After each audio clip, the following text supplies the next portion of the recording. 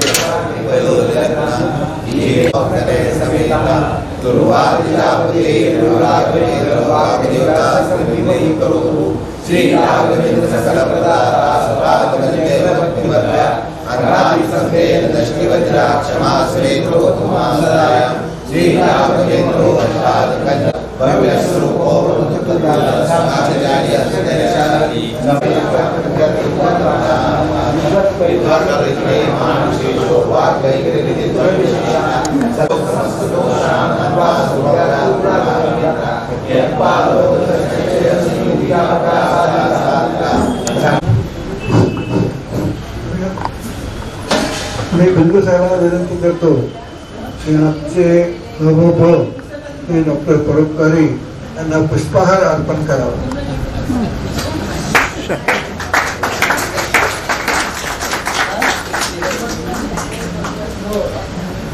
म्हणजे आमच्या कार्यकारिणीमधले एक ग्रस्त इतका अभ्यासू आहे आणि त्यांनी स्वतःहून परवा असं सांगितलं की मी करू का. आम्ही म्हटलं की अवश्य, कारण आपल्याला असे भक्त पाहिजे आहे.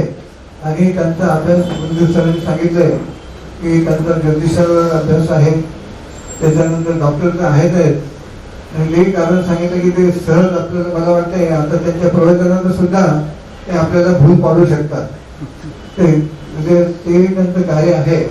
आणि अध्यात्म त्यांचा जो चालू आहे, याच्या आधी त्यांनी गायत्री मंत्रावर सुद्धा आपल्याकडे प्रवचन केलं होतं, खूप सुंदर झालं होतं. आणि आता गुरुसूक्त ह्याच्यावर करणार आहे, तेव्हा मला त्यांना विनंती करता आहे की त्यांनी प्रवचन सुरू करा.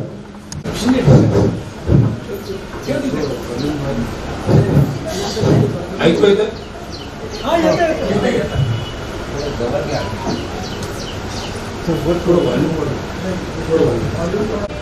मला ही संधी दिली.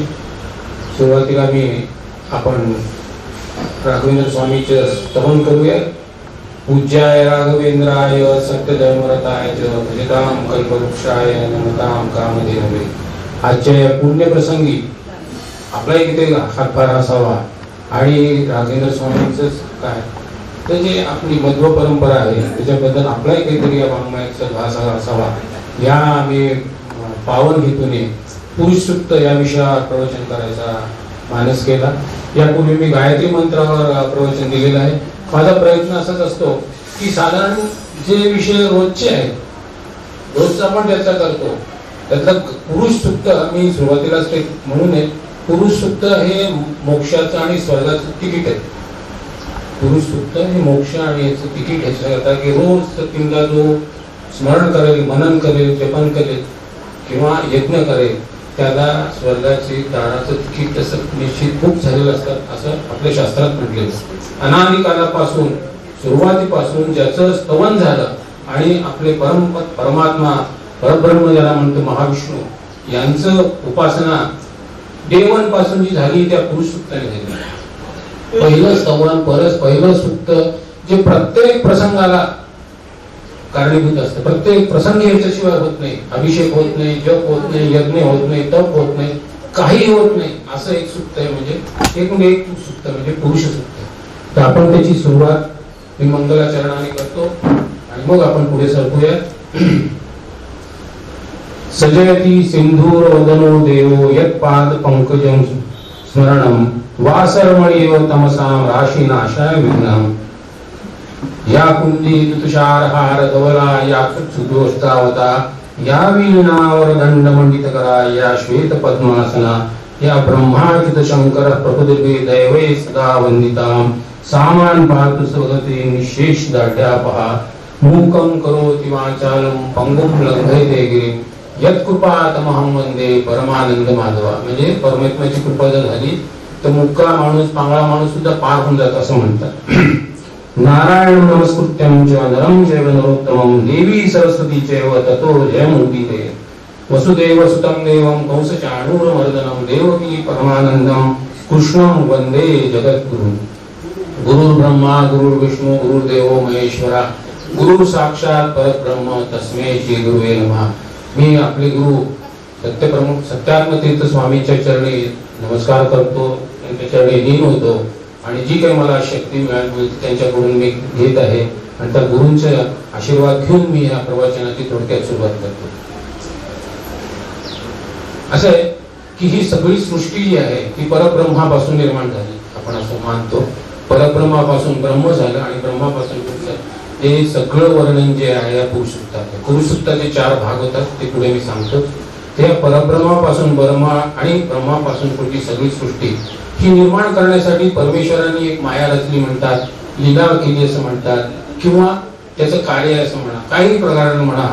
आपल्यापासून ही सगळी सृष्टी एका अंश स्थिती जगत असं आपल्या भगवद्गीतेत म्हटलं. एका अंशाने ही सगळं सृष्टी मी निर्माण केलेली आहे आणि ती वाढवलेली असं भगवान श्रीकृष्णाने भगवद्गीतेत म्हटलंय. तसं या सृष्टीची निर्मिती केली आणि ही निर्मिती करताना पहिल्यांदा जे काही झालं ते विराट पुरुष निर्माण केलं भगवंतांनी. महाविष्णूंनी काय केलं, आपल्या एक अंशापासून पूर्ण एक महाविराट जे काही आपल्याला दिसते, जे काही दिसत नाही त्याच्या पलीकडे जे काही आहे, जे काही सजीवात आहे, जे निर्जीवात आहे, जे काही आहे या सृष्टीमध्ये ते म्हणजे प्रत्यक्ष परमेश्वर आहे, आपले भगवान विष्णू आहेत आणि त्यांच्या एक अंशाने निर्माण झाले. त्याच्यासाठी पहिल्यांदा जी निर्मिती केली ती म्हणजे विराट असं पुरुष. त्या विराट पुरुषाला विराट असं रूप धारण केलं, त्याला पुरुष आपण म्हणतो. आणि त्या पुरुषाचं जे स्तवन आदी कालापासून ऋषी मुनी आणि देवांनी त्या पुरुषाच्या मदतीने यज्ञ केला, पूजा केली आणि त्यांना जे जे हवं अनादिकालापर्यंत जे जे हवं ते इच्छित साध्य केलं. देवांनी मोक्ष साध्य केला, मानवांनी आपल्या इच्छेप्रमाणे जे जे काही मटेरियल वर्ल्ड मध्ये पाहिजे ते सगळ्या गोष्टी मिळवल्या, मोक्ष मिळवले. साधू साधक यांनी सुद्धा तेच मिळवलेले. या सगळ्यांनी जे मिळवलं ते ह्या यज्ञातून म्हणा, तपस्येतून म्हणा, पुरुष सुक्ताचा मधल्या पुरुषाचा आधार मिळवलेला. या पुरुष सुक्ताचे तसं जर पाहिलं तर 3-4 भाग करता येईल. पहिलं म्हणजे परमपिता परमेश्वर पुरुषाचं स्वरूप कसं आहे. दुसरा भाग म्हणजे त्यांनी ही सृष्टी जी आहे चर आणि अचर. चर म्हणजे सगळे जीव आपण आणि अचर म्हणजे जे डोंगर, नद्या, ग्रह, तारे, नक्षत्र हे सगळं निर्माण जे केलं, चर आणि अचर सृष्टी ही निर्माण केली. ते सगळं याच्यात आपण सृष्टी निर्माण केली आणि पुढे सगळं काही त्याच्यापासून निर्माण झाले आहे. त्या सृष्टीचं वर्णन याच्यात केलेलं आहे. तिसरं म्हणजे जे देवांनी आणि ऋषी मुनी साधकांनी यज्ञ केला, तो यज्ञ कसा केला आणि त्याच्या यज्ञापासून काय काय सृष्टी कशी निर्माण झाली. मग वैदिक रचना झाली, मग प्राणी झाले, मग मानस पुरुषाची निर्मिती झाली आणि अशा प्रकारे अवकाशाच्या सृष्टीची निर्मिती झाली. हे तिसऱ्या भागात आहे. आणि चौथं म्हणजे फलश्रुतीचा भाग आहे. शेवटी जो आहे तो फलश्रुती आहे. आणि ह्या सगळ्याचा उपयोग करून आपण काय करतो, या परमपिता आपल्या परब्रह्म महाविष्णू म्हणा किंवा ते भगवंताची आपण पूजा करतो, आराधना करतो आणि आपल्याला जी इच्छित आहे, मोक्ष म्हणा, स्वर्ग म्हणा, आपलं जे इच्छा आहे ती पूर्ती होते आणि आपली मनोकामना पूर्ण होते. असं हे अत्यंत परम पवित्र दैनंदिन जीवनातलं आणि फलश्रुती देणारं असं सुक्त म्हणजे पुरुष सुक्त. आता पुरुष सुक्त म्हणजे 2 शब्द, पुरुष आणि सुक्त. काही आम्ही आपला एक साधा सरळ विषय घेतला, दैनंदिन तो घेतला. आपण ते थोडक्यात वेळेचं बंधन आहे त्याच्यात समजून घ्यायचा प्रयत्न करू. आणि माझी अशी नम्र विनंती आहे की हे पुरुष सुक्ताचा अर्थ समजून जर केलं आपण, तर असं म्हणतात की 3 वेळा जर रोज आपण जप केला तर आपल्याला मोक्षाची प्राप्ती निश्चित होत असते. त्याच्यात पुरुष शब्द एक आला आणि सुक्त एक आला. तर पुरुष म्हणजे काय, पुरुषाला संस्कृत मध्ये आपल्या गीतेमध्ये पूर्णत्वात पुरुष हा म्हणजे जो पूर्ण, त्याच्यात अपूर्णता काही गुणांमध्ये घ्या, वेळेत घ्या, काळात घ्या, कशाचे बंधन नसलेला पूर्ण संपूर्ण असे असलेली गोष्ट एकच आहे म्हणजे परब्रह्म परमात्मा पुरुष. ते म्हणजे महाविष्णू आहे. म्हणजे जो संपूर्ण आहे, पूर्ण आहे ते म्हणजे पुरुष. आणि दुसरा एक अर्थ असा आहे, पुरुषचे दोन भाग जर केले, पुर अधिक पुष. पुर म्हणजे काय, शहरांना गावांना पण पुर म्हणतात आपण. तर पुर म्हणजे शहर किंवा गाव असं येतो, आणि पुर म्हणजे आपलं शरीर. आणि उष म्हणजे ज्याच्यात उषा असते, म्हणजे सूर्याची जी किरण असतात त्याच्याने जी शक्ती असते, तशी परमेश्वराची एक एक वस्तूमध्ये आपल्या एक अंशाने त्याच्या शक्तीपासून ते सजीव होतो. आपण त्याला शक्ती मिळते आणि तो कार्य करू शकतो. म्हणजे परमात्मा प्रत्येकामध्ये आपल्या एक अंशाने आहे, म्हणजेच त्या प्रत्येक जण परमात्माचाच अंश. पुरुष हा प्रत्येकच जण आपण पुरुष आहोत. आणि अशा या पुरुषाचा आपण महिमा जो आहे याच्यातून आपण गातो. देवांनी पण याचा महिमा गाऊन आपलं साध्य केलं. देवांनी सुद्धा पुरुष सुक्त करण्यासाठी, याची उपासना करण्यासाठी मनुष्याचा जन्म घेतला. देवांना देव पण घेऊन उपासना करता येत नाही आणि पुरुषार्थ गाजवता येत नाही, मनुष्य जन्मच घ्यावा लागतो. आपण मानवी जन्मात झालो तर काहीतरी आपण पुण्यकर्म केलं तर सार्थक होऊ शकेल असं मला वाटतं. आता पुरुष हा अर्थ काढला. आता सुक्त म्हणजे काय, आपल्या बहुतेकांना माहिती आहे. सुक्त म्हणजे हा एक वैदिक रचना आहे. वेद म्हणजे तुम्हाला माहिती आहे अपौरुषीय असं म्हणतो. 4 वेद आहेत, ऋग्वेद, यजुर्वेद, सामवेद आणि अथर्ववेद. वेद म्हणजे जे ऋषी मुनींना त्यांच्या तपोबलामुळे सुस्त. अपौरुषीय म्हणजे काय की त्यांच्या इतकी शक्ती होती की हवेमधले जे शब्द आहेत, ध्वनी आहेत, ते कॅच करायचे आणि त्याच्यापासून ही जे रचना निर्माण झाल्या त्याला ऋचा म्हणतात. वेदांमध्ये त्याला ऋचा म्हणतात. थोर लोकांनी, महर्षी व्यासांनी ऋचा नाही केलं. महर्षी व्यासांनी श्लोक रचले. जे होतं पण ते फक्त ऋषी मुनींच्याच लेवलला ते ऋचा झाल्यानंतर त्यांना श्लोक म्हणतात. या ऋचा काही ऋचा एकत्र केल्या की त्याचा सुक्त होत. आता पुरुष सुक्तामध्ये 16 ऋचा आहेत. प्रत्येक वेदामध्ये वेगळे आहेत. ऋग्वेदामध्ये 16 आहेत, यजुर्वेदामध्ये 18 आहेत, सामवेद आणि अथर्ववेदामध्ये 4 आहेत.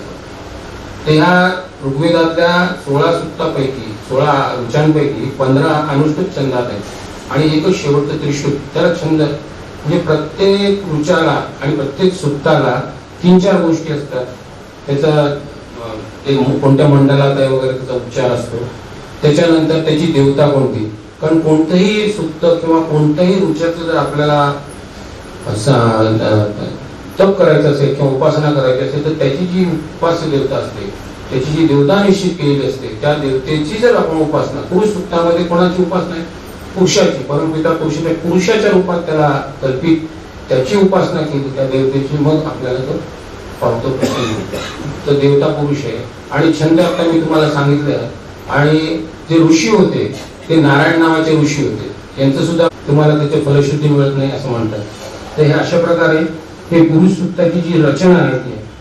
आता पुरुष सुक्त हे आपण कशासाठी म्हटलं पाहिजे किंवा ह्याचा उपयोग काय किंवा कशा करता आपण म्हणायचं, आपण म्हणतो की नाही. आता आपल्याकडे कुठलेही कर्म असो, आपले व्यासगुरुजी, जोशीगुरुजी वगैरे आपले सहस्त्र शीर्षा सहस्त्राक्ष पाच भूमिमुषोत्वाद अत्यतिष्ठ दशांगुलम पासून सुरू होतं. तर हे सगळं जे आपण करतो ते कुठलेही अनेक कारण आहेत त्याच्यासाठी, अनेक गोष्टींसाठी आपण याचा उपयोग करतो. एक तर जप यज्ञ याग करण्यासाठी, त्याच्यात यज्ञ यागामध्ये सुद्धा पुरुष सुक्ताच्या अभिषेक पूजेने त्याची उपासना असते. दुसरं तुम्हाला जप करायचा असेल तर पुरुष सुक्ताचा लोक रोज जप करतात. तप करायचा असेल, अभिषेक करायचा असेल, प्राणप्रतिष्ठा करायची असेल किंवा अंगन्यास करतात. किंवा आपण दुसरे मंत्र म्हणतो तेव्हा त्याच्यातले जे अंगन्यास असतात म्हणजे शिरसे नमः, मग पुरुष सुक्तातला एक श्लोक येतात ओम षटकारण असं जे काही आहे चक्षुर्मा ते सगळं करता करता पुरुष सुक्त त्याच्याबरोबर जोडून अंगन्यास करण्यासाठी आणि मोक्षासाठी पूर्ण उपासना आपण करत असतो. तर असं हा महान असं जे सुक्त आहे ते पुरुष सुक्त आहे. आता ह्या पुरुष सुक्ताची सुरुवात आपल्या ह्या पूजेच्या पुस्तकात सुद्धा जे आहे सुरुवात एकदम सहस्त्र शीर्षा पुरुषा सहस्त्राक्ष तशी त्याची सुरुवात नाही आहे. तर त्याच्यासाठी त्याचा एक शांती मंत्र पण आहे. तर बहुतेकांना माहीत असेल तरी पण मी त्याचं उच्चारण करतो की बाबा काय शांती मंत्र आहे. आणि शांती मंत्र कशासाठी असतो तर तुम्ही त्याच्याशी तादात्म्य पाहिलं पाहिजे, त्याच्याशी तुमचा ट्यूनअप झाला पाहिजे. त्याची एकरूपता तुमची झाल्यानंतर तुम्हाला त्या सुक्ताचा खरा फलादेश मिळू शकतो किंवा समजतं किंवा त्याच्याशी एकरूपता झाल्यानंतर त्याची फलश्रुती तुम्हाला मिळू शकते. तर पुरुष सुक्ताचा जे शांती मंत्र आहे तो माहिती आहे यच्छयोरावणीमहे गातुम यज्ञाय गातुम यज्ञपतये दैवी स्वस्ति नरस्तुमः स्वस्ति मानुषे भव ऊर्ध्वजिगाशु भेषजं शन्नो अस्तु द्विपदे शन चतुष्पदे ओम शांती शांती शांती असं हे शांती मंत्र म्हणजे काय तच्छयोगुणी म्हणजे हे परमेश्वर हे सुप्रीम सगळ्यात मोठे जे आपले परम परमेश्वर आहे हे देवा तू आम्हाला अनुकूल हो आम्ही जी काही तुझी पूजा करतो ते आम्हाला पाहू दे आम्हाला त्याला फलश्रुती मिळते अशी आपण प्रार्थना करतो की काय गातो मी तुझं गायन करतो मी तुझी उपासना करतोय तर माझा होणारा हा यज्ञ तो सफल कर नंतर गातो यज्ञपत आहे म्हणजे यज्ञपती म्हणजे यजमान किंवा यज्ञपती म्हणजे प्रत्यक्ष परमेश्वर तर तुम्ही पण आम्हाला अनुकूल व्हा असं आपण पद्याच्या रूपात त्यांची उपासना करतो दैवी स्वस्ती म्हणजे देवतांना आपण आवाहन करतो काही वेळा देवता कोपतात बघा इंद्र कोपले होते हे कोपले होते त्यांनी खूप वर्षा केली खूप अग्निवर्षाव केला असं व्हायचं ना नाराज होऊन तर तिचं बोललेलं नाही का देवा तुम्ही पण आमच्याला अनुकूल व्हा आमच्या कृपा करा नंतर मनुष्य सुद्धा अडथळे राक्षस मनुष्य हे पण अडथळे आपल्या उपासनेत आणू शकतात तुम्ही पण आमच्याशी अनुकूल व्हा आणि सगळ्यात शेवटी म्हणजे जे औषधी वनस्पती वगैरे भरपूर होऊ दे आम्हाला यज्ञात त्यांचं उपयोग होऊ दे पूजेत उपयोग होऊ दे म्हणून त्यांची आपण वंदणी करतो उपासना करतो आणि हा प्रकारचा शांती मंत्र आपण त्यांच्या समोर सादर करतो आता ही त्याची पूर्वपीठिका झाल्यानंतर प्रत्यक्ष जो पुरुष सुक्त आहे ते सुक्ताचे पहिला भाग जो आहे तो या पुरुष जे म्हणजे परमेश्वराने जेव्हा विराट रूप धारण केलं त्याला जर आपण पुरुष म्हणतो तिथून सुरुवात झाली आणि पहिला भाग 3-4 पुरुषांचा आहे तो त्या पुरुषाच्या स्वरूपाचा की कसे हे परमेश्वराचे पुरुष विराट रूप जे धारण केलं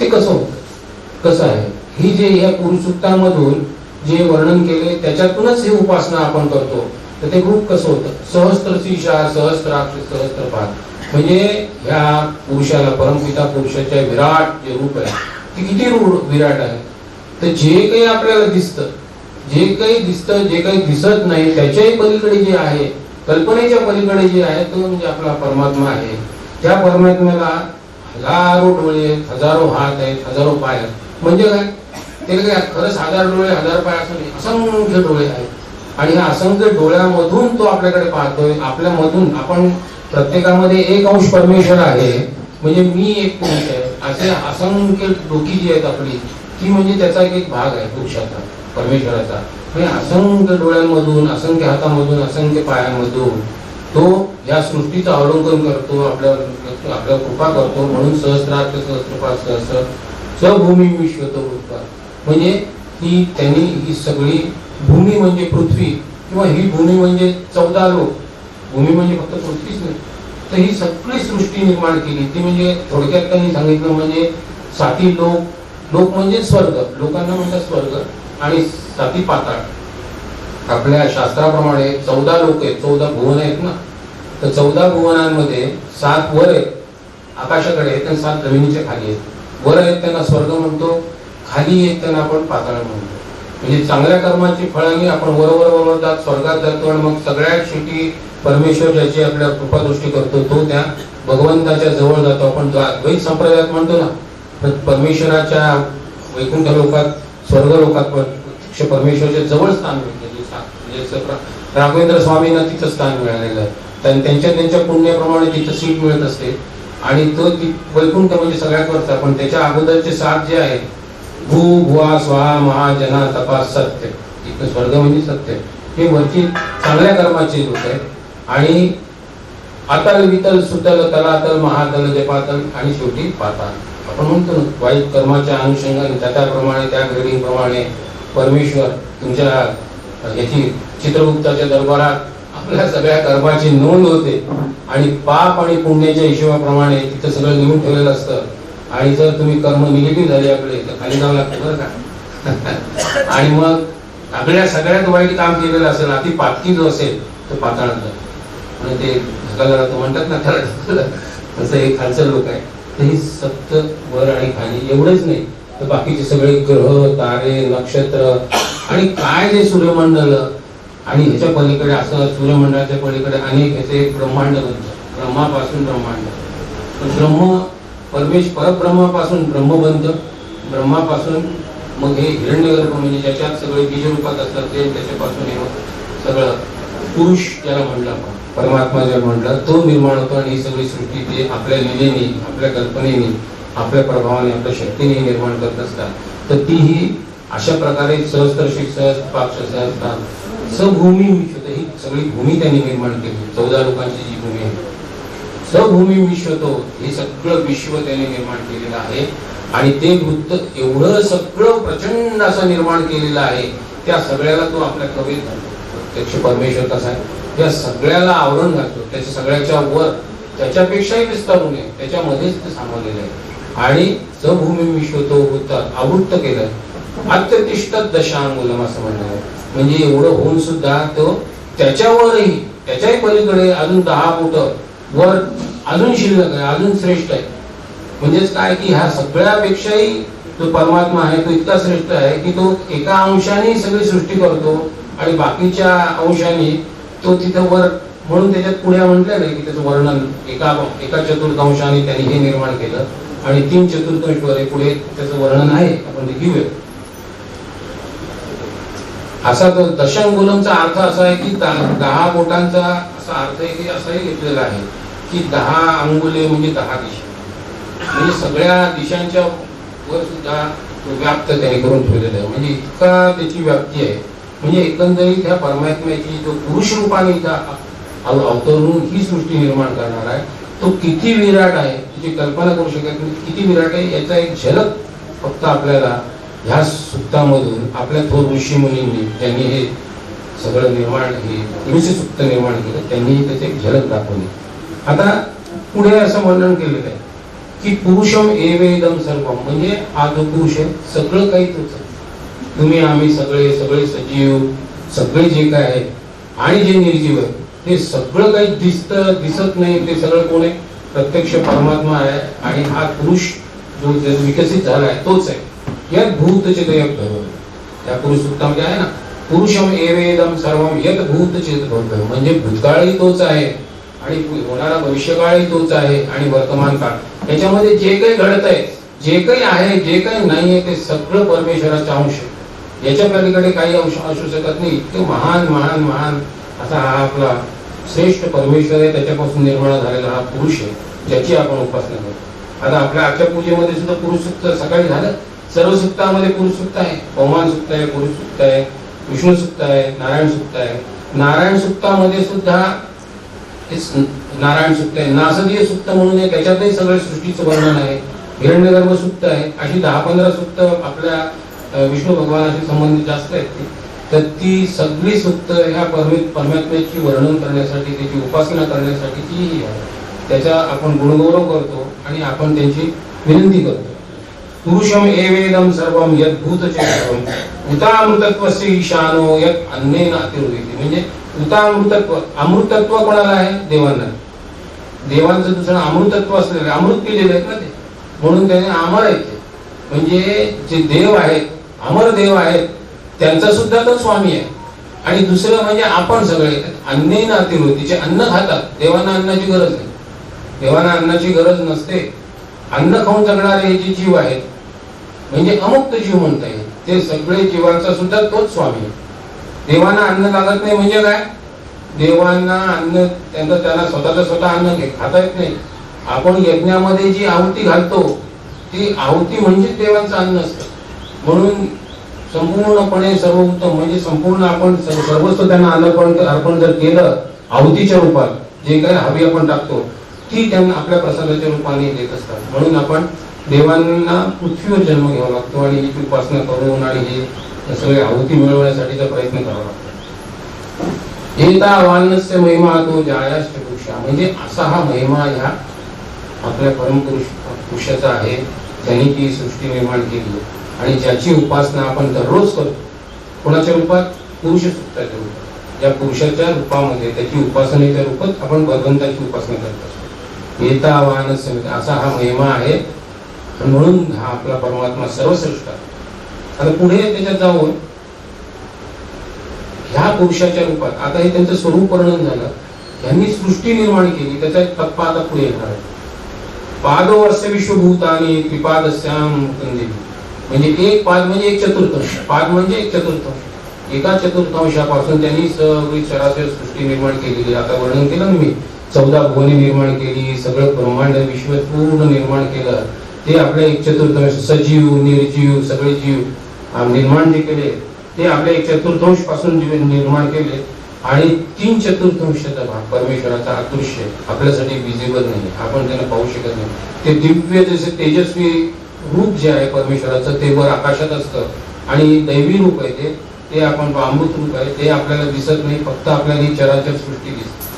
आपण तुम्ही आम्ही तुंगार साहेब बसले समोर ते दिसतात मला, कारण चरसृष्टीमधले हे सगळं आहे. आणि प्रत्यक्ष भगवंताला आपण अनुभूती घ्यावी लागते.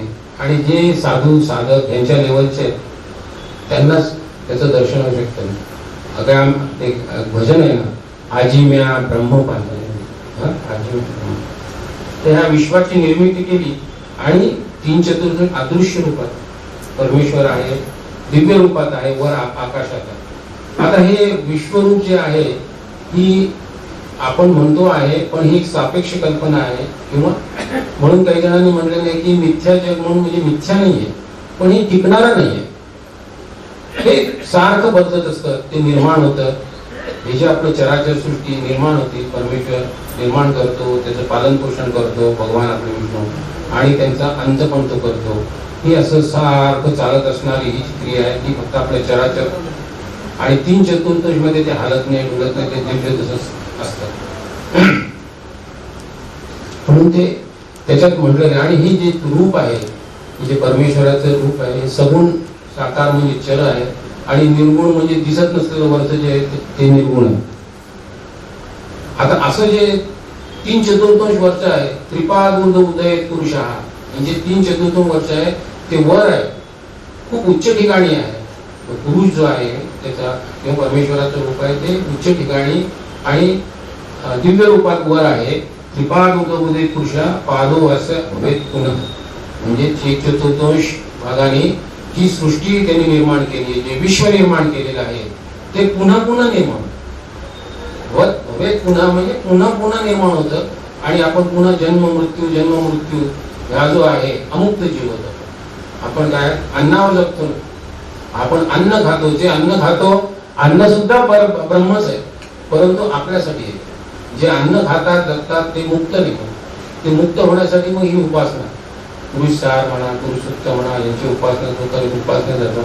मग ह्याच्यातून जे साधक साधू ऋषी मुनी आणि देव हे मुक्त होऊन वर मुक्त लोकांमध्ये विश करतात, स्वर्गात, त्याच्या वरच्या लोकात, आणि शेवटी आपलं वैकुंठ धाम ज्याला म्हणतो आपण, गोलोक जिथं आहे, जिथं प्रत्यक्ष भगवान राहतात तो गोलोक म्हणतो आपण, तिथं त्यांच्या चरणाशी जाऊन जाऊ शकतात. त्यांच्यात तेवढीच आपली पात्रता आहे, त्याच्यापेक्षा जास्त पात्रता आपली नाही.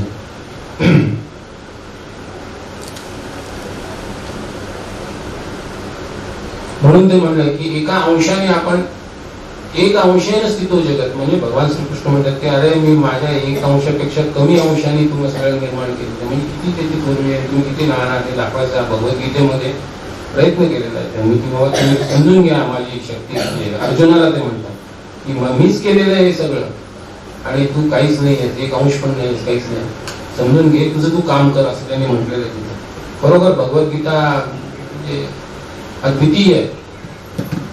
पुढे त्याच्यात ह्याच्यात जी उपासनेचा भाग आहे किंवा वर्णन आहे परमेश्वराचं, ह्या वर्णनामध्ये आता सृष्टी निर्माण करण्यामध्ये देवांपासून साधक ऋषींनी जो यत्न केला त्याच्यात हा पुरुष, पहिला प्राणी जो निर्माण झाला तो पुरुष, त्या पुरुषाचाच उपयोग करून त्याच पुरुषाने यत्न केला. यज्ञ म्हणजे सुद्धा पुरुष यज्ञच होता आणि बळी सुद्धा पुरुषाचा दिला गेला. आणि त्याच्यातून जे काही अमृत कलश बाहेर आलं ते म्हणजे आपल्याला जी मोक्ष प्राप्ती होते, जे प्राप्ती होते ती सगळ्या सृष्टीची प्राप्ती होते, जी फलप्राप्ती होते ती ह्याच्यात देवांना मिळाली तशीच आपल्याला मिळावी म्हणून आपण इथे त्यांची उपासना करतो, प्रार्थना करतो, पूजा करतो, अष्टोत्तर म्हणतो, की त्याचाच भाग आहे. मग त्यांनी पुढे असं वर्णन केलं की बाई कसं झालं ततो विश्वांग व्यक्तामत, म्हणजे हे सगळं जे विश्व आहे मग ते पुढे त्याचं व्यक्रामत बदलत गेलं. ह्या पुरुषापासून मग हळूहळू त्याची क्रांती झाली, उत्क्रांती झाली आणि त्याच्यापासून एक एक एक एक करत ते ब्रह्मदेव झाले आणि सगळे प्राणी, सगळे सजीव, सगळे निर्जीव याच्या पुढे त्याच्यातून निर्मिती झाली.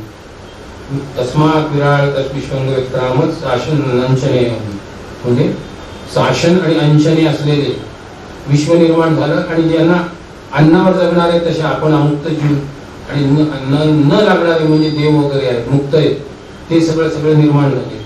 आणि ह्याच्यापासून मग विराळ जे आहे तर विराळ जीव आहे पुरुष, पण ह्याच्यामधून जो निर्माण झाला तो विराट पुरुष.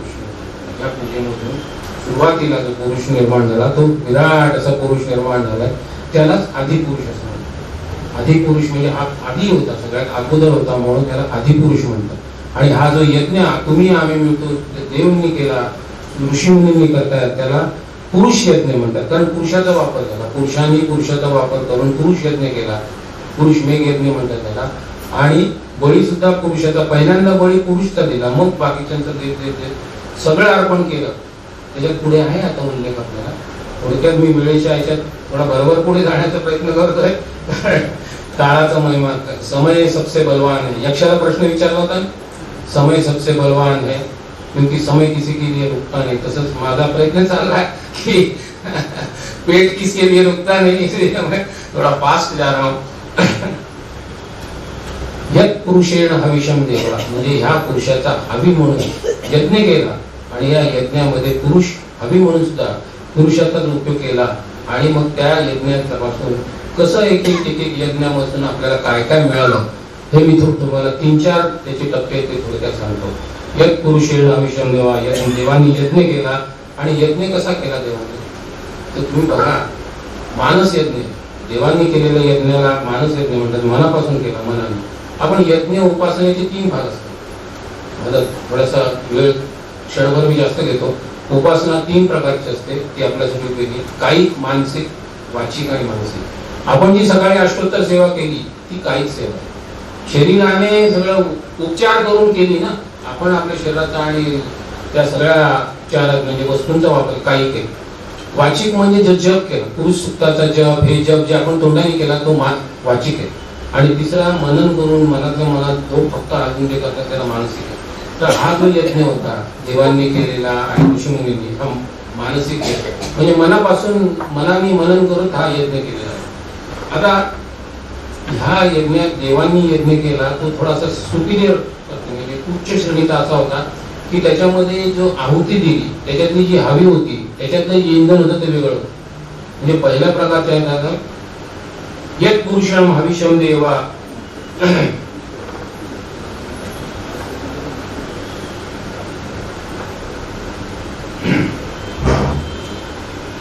वसंतो असे आधी म्हणजे वसंत ऋतूला तूप म्हणून संबोधलं, तूप म्हणून वसंत ऋतू अर्पण केला.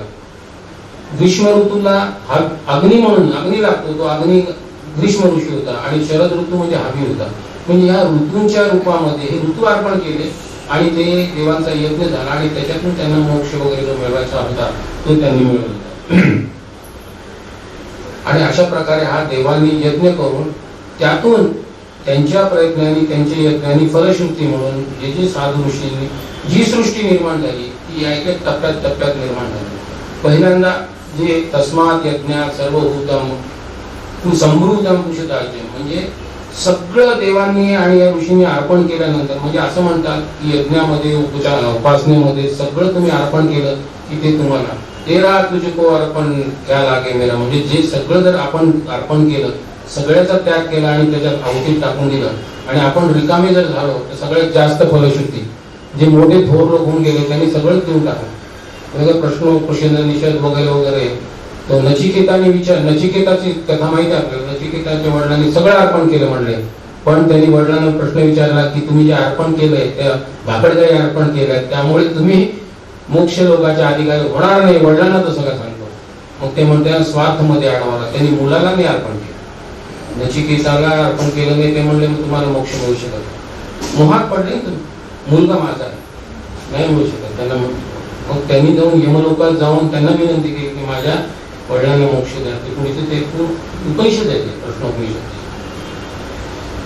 वसंतो असे म्हणजे वसंत ऋतूला त्यांनी तूप केलं, ग्रीष्म ऋतूला इंधन केलं, शरद ऋतूला हवे केला आणि यज्ञ केला आणि त्या मानस यज्ञातून त्यांनी आपली फलश्रुती प्राप्त केली.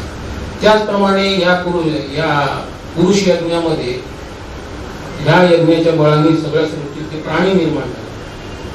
पशूंताम चक्रे वायव्यान अरण्यान ग्रामाच्या म्हणजे पशु निर्माण झाले, म्हणजे वाघ सिंह वगैरे. वायव्यान म्हणजे वायूपासून निर्माण झाले प्राणी, म्हणजे पक्षी वगैरे वायूपासून. अरण्यान म्हणजे अरण्यात राहणारे वाघ सिंह हत्ती बित्ती निर्माण झाले. आणि ग्राम्याश्चर्य म्हणजे ग्रामीण भाग गाई म्हशी वगैरे ह्या सगळ्या निर्माण झाल्या. अशा प्रकारे प्राणी निर्माण करण्याचं कारण काम याच्यातून झालंय ते याच्यात उल्लेख आहे.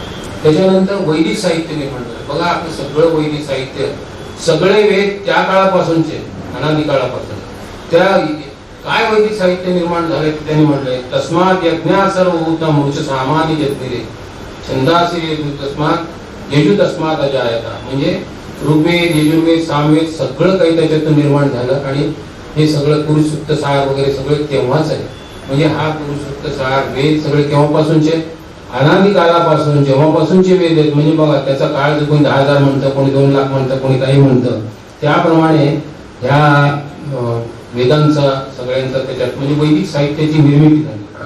व त्याच्यातनं काही प्राणी निर्माण झाले.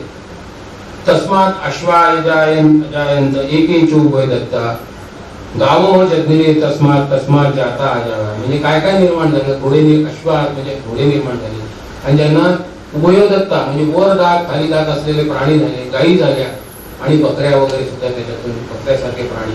हे एक एक आपले प्रतीक आहे. घोडे निर्माण झाले म्हणजे शक्तिवान प्राणी निर्माण झाले, नंतर गायी वगैरे निर्माण झाल्या म्हणजे सात्विक प्राणी निर्माण झाले आणि बकऱ्या वगैरे म्हणजे गरीब प्राणी निर्माण झाले, असं त्याच्यातून त्यांना सूचित करायचं होतं. मग हे सगळं प्राणी निर्माण झाले, वेद निर्माण झाले. त्याचप्रमाणे ह्या अशी कल्पना केली आहे की बाबा मानव रूपामध्ये सुद्धा वेगवेगळ्या प्रकारचे मनुष्य प्राणी निर्माण झाले. म्हणून मग त्यांनी प्रश्न केला की ह्या पुरुषा म्हणजे मुखम किमस्य कौ बाहू का उरु पादा उच्चयते.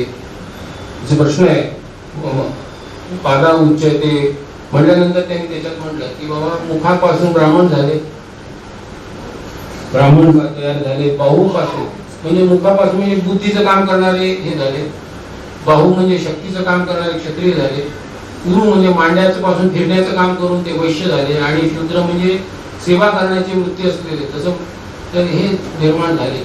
अशा प्रकारचे मनुष्यातले वेगवेगळे प्राणी निर्माण झाले. पण ह्याच्यातनं एक गैरसमज असं झालाय की भगवान श्रीकृष्णाने जाती व्यवस्थेचं समर्थन केलं म्हणून आज काही जण पुरुष सुक्ताचा विरोध करतात. पण तो भगवान श्रीकृष्णाने म्हणतात की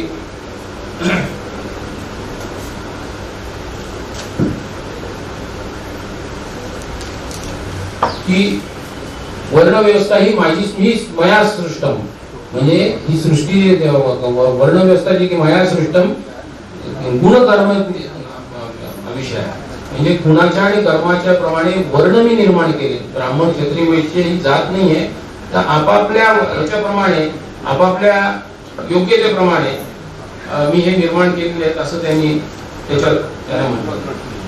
म्हणजे मी एक त्याचा जो गुण आहे क्षत्रिय शौर्य का तसा तो क्षत्रिय झाला, हे असेल तर तो जातात. म्हणून त्याच्यात म्हणतात गीतेमध्ये का आपल्या शास्त्रात म्हणत जन्मनी जातो शूद्र संस्कारात बीज उच्चयते वेदाभ्यासे भवेत विप्रहा ब्रह्मज्ञानाति एव ब्राह्मणा. म्हणजे काय, जन्मतः आपण सगळे शूद्र असतो, जन्मतः आपण सगळे शूद्र असतो. संस्कार झाल्यानंतर आपण ब्राह्मण होतो, वेदाभ्यास केल्यानंतर विप्र होतो आणि जर आपण ब्रह्मज्ञान जर झालं तरच आपण ब्राह्मण होतो असं भगवान श्रीकृष्ण यांनी म्हटलेलं आहे. तर ते आपण लक्षात ठेवायला पाहिजे. पण थोडस कुठेतरी याच्यात कमी पडतंय असं आपल्याला म्हणायला हरकत नाही.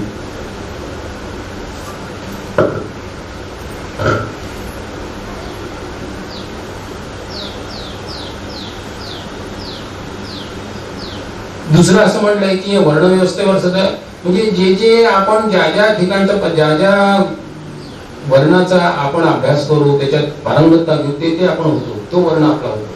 मग आपल्या काही वेळेला आपण ब्राह्मण असून व्यवसाय करता सुद्धा आपण वैश्य होतो.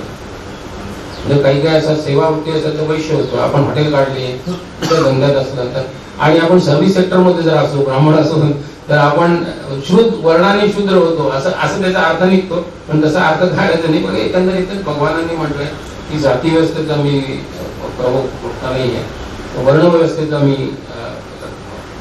पुरस्कार करतो. आता ही झाली मानवी रूपात मनुष्याच्या प्रमाणे मी पुरुषाचं रूप आहे ते कसे कसे मनुष्य प्राणी झाले त्याच्यामुळे ह्या मनुष्य प्राण्यापासून आकार जो आहे त्याच्या या पुरुषापासून सृष्टी निर्माण केली. चंद्रमा मनसो जाता चक्षु सूर्य जायता मुखात इंद्रश्च अग्निश्च प्राणात वायू जायता. म्हणजे या सृष्टीचे वेगवेगळे देव आणि गोष्टी म्हणजे मनापासून चंद्र निर्माण केला, सूर्यापासून डोळ्यापासून त्याच्या डोळ्यापासून सूर्य निर्माण झाला, मनसा सूर्य जायता मुखापासून इंद्र आणि अग्नी निर्माण झाला, प्राणापासून वायू निर्माण प्राणवायू म्हणतात, प्राणापासून वायू झाला, वायुदेव झाला, इंद्रदेव झाले, सूर्यदेव झाले, चंद्रदेव झाले, सगळे देव निर्माण करायचं कार्य सुद्धा त्यांनी केलेले. अजायता मुखात इंद्रश्च अग्निश्च प्राणात वायू जायता. नाभ्याम नाभीपासून अंतरिक्ष, सगळं अंतरिक्ष नाभीपासून म्हणजे नाभी म्हणजे अंतरिक्ष म्हणजे पृथ्वी आणि आकाश याच्यामध्ये जे अंतर आहे ते त्याला अंतरिक्ष म्हणतात किंवा अवकाश म्हणतात. त्याच्यात पक्षी बिक्षी सगळे असे सगळे असतात. पदभ्याम भूमी पायापासून भूमी निर्माण झाली आणि कानापासून सगळ्या दिशा झाल्या आणि इतर सगळे लोक झाले असं त्यांचं त्याच्यात त्यांनी म्हटलं. म्हणजे सगळ्या सृष्टीच्या ह्या भागाचा चराचर सृष्टीमध्ये कसं निर्माण झालेलं आहे हे या पुरुषसूक्तामध्ये त्यांनी वर्णन केले तेवढ्या पूर्वीच्या काळात आहे.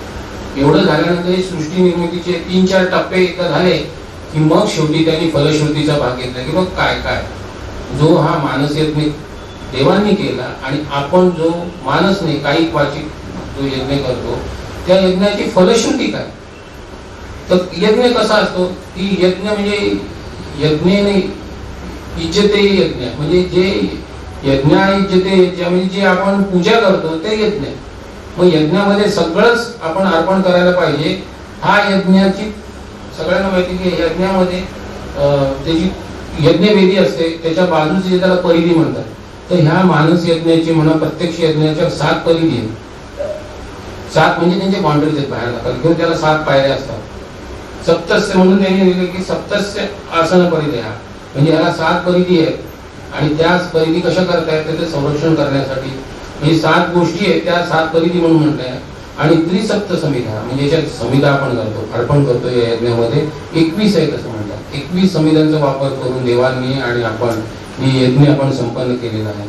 21 समिधा म्हणजे अनेक प्रकारांनी कल्पना केली की 12 ऋतू 12 महिने 5 ऋतू 3 लोक आणि 1 सूर्य असे म्हणून 21 समिधा त्याच्यात अर्पण केलेल्या आहे. आणि त्या अर्पण केलेल्या समिधांमध्ये जो यज्ञ केला त्या यज्ञामध्ये बळी कोणाचा दिला. या यज्ञामध्ये पुरुष जो परमेश्वराला निर्माण केला त्या पुरुषाला बांधून आणलं, सगळ्यात अगोदर त्याचा बळी दिला आणि त्यात नंतर आपल्या सगळ्यांचं आहुती दिली नाही. त्यामुळे अबंधन देवा यज्ञ अबद्ध पुरुषम पशु म्हणजे बांधून आणलं त्याला आणि त्याचा पहिल्यांदा बळी दिला. आपण आपल्या सनातन धर्मामध्ये काही अपवाद सोडले तर हिंसेला किंवा प्राण्यांच्या बळीला मान्यता नाही आहे, परंतु काही ठिकाणी अपवाद म्हणून दिले जातात. अशा प्रकारचा हा यज्ञ आपण सर्वांनी आणि देवांनी केला. यज्ञ म्हणजे हा यज्ञ परमेश्वराचा यज्ञ परमेश्वराने पुरुषासाठी केलेला हा यज्ञ आहे आणि त्याप्रमाणे धर्माची स्थापना केली असं म्हटलेलं आहे. आणि देह नाकम महिमा सचत्र येत पूर्वी देह नाकम महिमा म्हणजे त्याचा हा महिमा आहे. आणि हा यज्ञाचं करून मोक्ष प्राप्ती केली देवांनी. मग या मोक्ष प्राप्तीचं फळ काय झालं त्यांना ज्यांनी केलं त्यांना सचत्र यत्र पूर्वे साध्या. हे सगळे लोक त्या उच्च कोटीच्या लोकात गेले आणि आपण यज्ञ केला तिथं पोहोचल्यानंतर ते सुद्धा आपल्याला असं तिथं वेलकम करतील बोलावतील आपण म्हणून हा यज्ञ करू असा याचा साक्षात या यज्ञाचं फलश्रुती आहे की परमेश्वराची किंवा पुरुष रूपात असलेल्या परब्रह्माची आपण पुरुष सुक्ताच्या रूपात मानस यज्ञ करून जी उपासना करतो त्या उपासना करून समजून मानस उपासना केली आणि दररोज जर आपण याचं स्तवन केलं मनन केलं ते पण केलं असं म्हणतात की ह्याच्याबरोबर जर चमक रुद्र जर केला तर निश्चित तुम्हाला स्वर्गाची दारं ओपन होतात. म्हणून हा आपण यज्ञ करायचं पुरुष सुक्त दररोज म्हणावं अशी मी सगळ्यांना विनंती करतो. मी माझ्याकडून वेळेच्या बंधनात राहून तुम्हाला थोडक्यामध्ये हे सांगण्याचा प्रयत्न केला आहे. तुम्ही तो गोड मानून घेतला असेल, काही चुकलं मुकलं असेल तर मला माफ करा. शेवटी मी एवढंच म्हणेन की तुझं सगुण म्हणो की निर्गुण रे, तुझे दृश्य म्हणो की म्हणजे असं तुला सगुण म्हणू का मी निर्गुण म्हणू, हे परमेश्वरा, हे देवा, आपल्या भगवान महाविष्णू आणि परमात्म्या तुला सगुण म्हणू का, म्हणूनच ते भक्तिगीत आहे. किंवा त्याच्या शेवटी मी एवढंच म्हणायचं, आजी म्या ब्रह्म पाहिले, आजी म्या ब्रह्म पाहिले. म्हणजे हा यज्ञ केल्यावर जप तप केला, यज्ञच म्हणून घ्यायचं. तीनदा स्मरण केल्यावर मोक्ष होतो. केल्यानंतर जे दिसतं आजी म्या ब्रह्म पाहिले, आपल्याला ते ब्रह्माचं दर्शन होईल आणि मुक्ती मिळेल, असं मला याचा सार सांगताना अतिशय आनंद होतो. तुम्ही मोठ्या शांतपणे माझं जे ऐकून घेतलं, पोटात गोळ्या असताना मी तुम्हाला पुन्हा पुन्हा नमन करतो, धन्यवाद देतो आणि अशीच मला संधी तुम्ही देत जावी अशी विनंती करतो. आणि आजच्या प्रसंगी आपले राघवेंद्र स्वामीच्या चरणी मी नतमस्तक होतो. परमपिता आपले परमपुरुष किंवा परब्रह्म ज्याला म्हणतो भगवान विष्णूंच्या चरणी मी लीन होतो आणि सगळ्यांना धन्यवाद देतो. आणि मी माझे 2 शब्द प्रवचनाचे प्रवचन म्हणा, टिपण म्हणा, माझं मनोगत म्हणा किंवा काय मी छोट्याशा जे रूपात तुम्हाला सांगण्याचं प्रॅक्टिकल आपण मागच्या वेळेस की आपण जे रोज करतो ते आपल्याला माहीत झालं तर काहीतरी चांगलं असतं. तर तुम्ही ऐकून घेतो त्याबद्दल तुम्हाला सगळ्यांचे आभार मानतो. संयोजकांची तर आहेतच, त्यांना धन्यवाद देतो आणि मी थांबतो. म्हणजे उशीर होणार नाही. धन्यवाद.